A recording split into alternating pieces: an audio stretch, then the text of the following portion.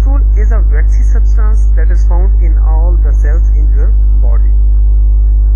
Cholesterol जो है वो एक लिपिड है, एक फैट है, वैक्सी होता है, चिपकने वाला मादे के टाइप का होता है और बॉडी के तकरीबन सब सेल्स में पाया जाता है, क्योंकि बॉडी सेल्स बनाने के लिए कोलेस्ट्रॉल या लिपिड या फैट होना बहुत ज़रूरी है। कैसे ज़रूरी है देखते हैं। It has several different functions including helping to building your body cells. जी, बॉडी सेल्स को बिल्ड करने के लिए, बनाने के लिए कोलेस्ट्रॉल की ज़रूरत होती है। ये शक्ल में आप देख सकते हैं कि जो ब्लू कलर के डॉट्स नजर आ रहे होते हैं ये लिपिड सेल्स है। ये स्ट्रक्चर जो है ये सेल मेम्ब्रेन का एक सेक्शन है, जिसमें आपको ये ब्लू दो लेयर्स नजर आ रही हैं। ये दोनों लिपिड्स की बाई लेयर होती है, दो लेयर्स होती है। ये प्लाज्मा मेम्ब्रेन को बनाने के लिए जरूरी होता है। ये ब्लू कलर के हैं, ये क्या कोलेस्ट्रॉल लिपिड्स हैं और सेल्स के हर सेल के अराउंड जो है वो हर सेल एक प्लाज्मा मेम्ब्रेन में पैक होता है, ठीक है। और न्यूक्लियस के अराउंड भी न्यूक्लियर मेम्ब्रेन होती है। तो ये दोनों मेम्ब्रेन जो है वो किससे मिलकर बनती है? लिपिड से मिलकर बनती है। मीन कि बॉडी का कोई भी सेल जो है वो कोलेस्ट्रॉल या फैट के बिना बन ही नहीं सकता। तो इसलिए ये हमारी बॉडी का एक लाजमी हिस्सा है, लेकिन एक लिमिट तक, एक खास हद तक।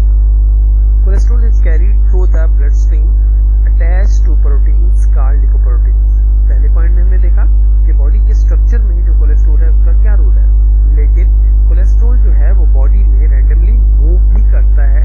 कोलेस्ट्रॉल ब्लड स्ट्रीम में भी मूव करता है और ब्लड स्ट्रीम में फ्रीली मूव नहीं करता, बल्कि कुछ स्पेशल टाइप की प्रोटीन्स हैं जिनके साथ कोलेस्ट्रॉल अटैच होके ब्लड स्ट्रीम में मूव करता है। मीन के बॉडी में एक जगह से दूसरी जगह ट्रांसफर होता है, चाहे वो प्रोसेस करने के लिए हो, बिल्डिंग सेल को बिल्ड करने के लिए हो, या जो जिसका मकसद हो उसको मूव करने के लिए प्रोटीन्स की जरूरत होती है। और उन प्रोटीन्स को क्या कहा जाता है? लिपोप्रोटीन्स।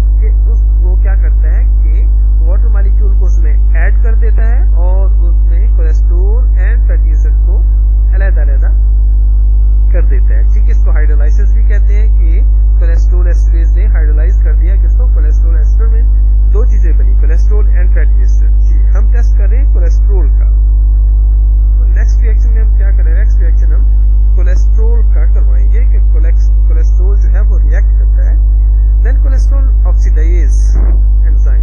जी, तो ये भी एंजाइम इसमें मौजूद है, cholesterol esterase enzyme oxidize the cholesterol to liberate hydrogen peroxide.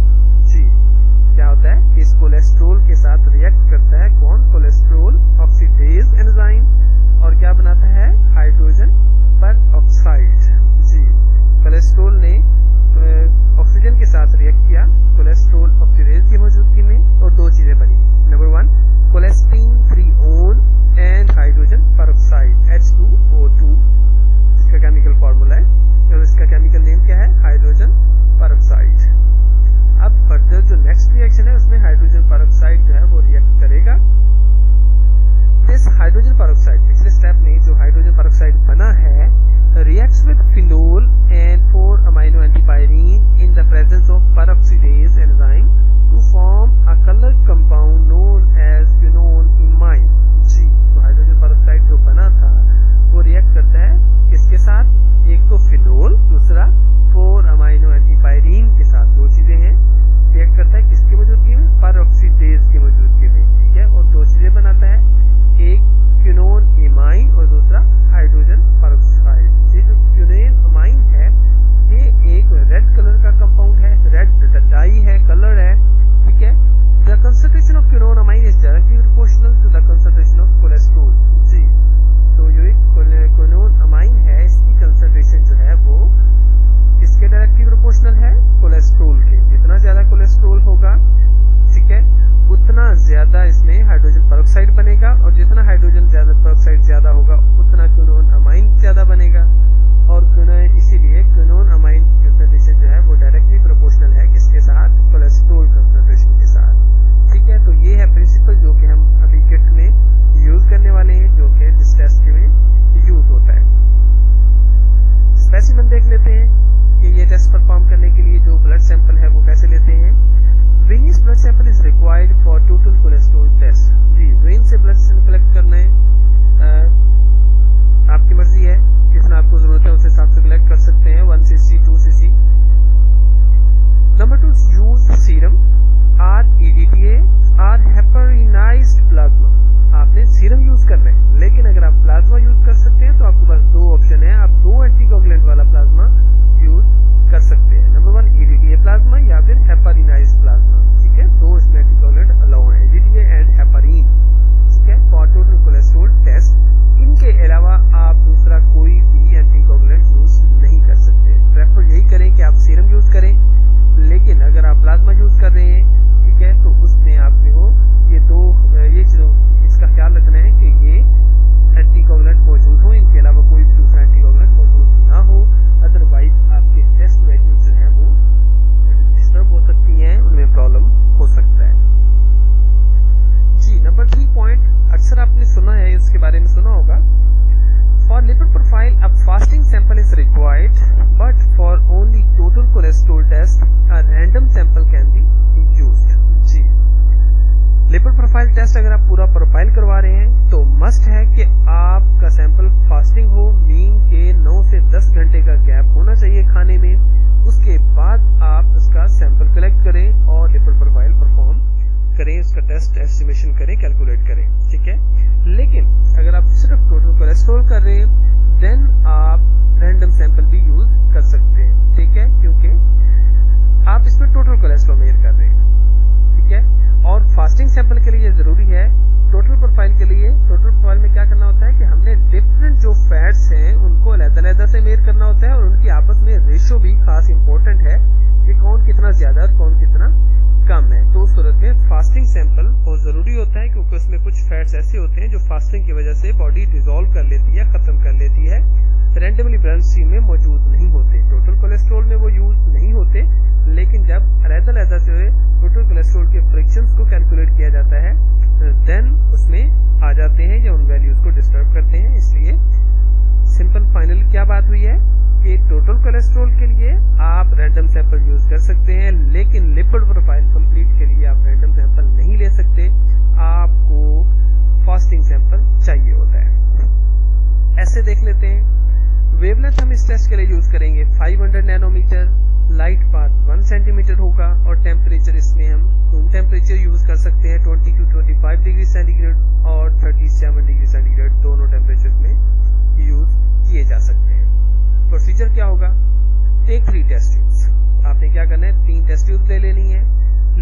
first test tube as blank, label the second test tube as standard, label the third test tube as test.